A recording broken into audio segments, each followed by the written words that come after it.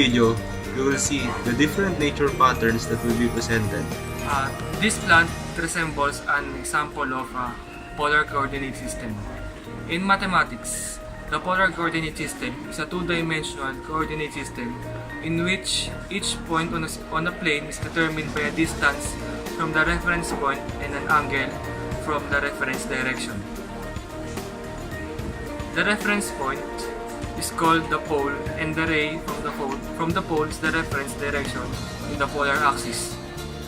The distance from the pole is called the radial coordinate or radius, and the angle is called angular coordinate or polar angle. Symmetry is defined as proportion, or rather a perfect and harmonious proportion.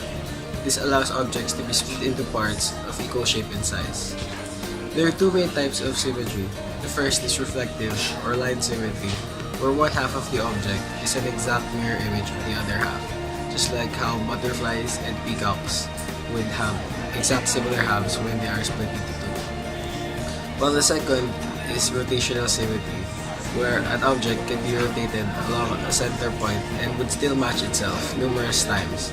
The example of this would be sea stars and sand dollars.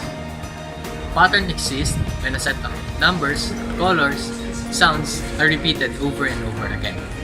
Patterns can be found everywhere, including plants, animals, and even the solar system. Just like for example of this plant.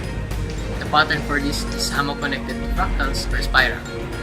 Fractals are patterns that are repeated different scale, in which this can be never ending.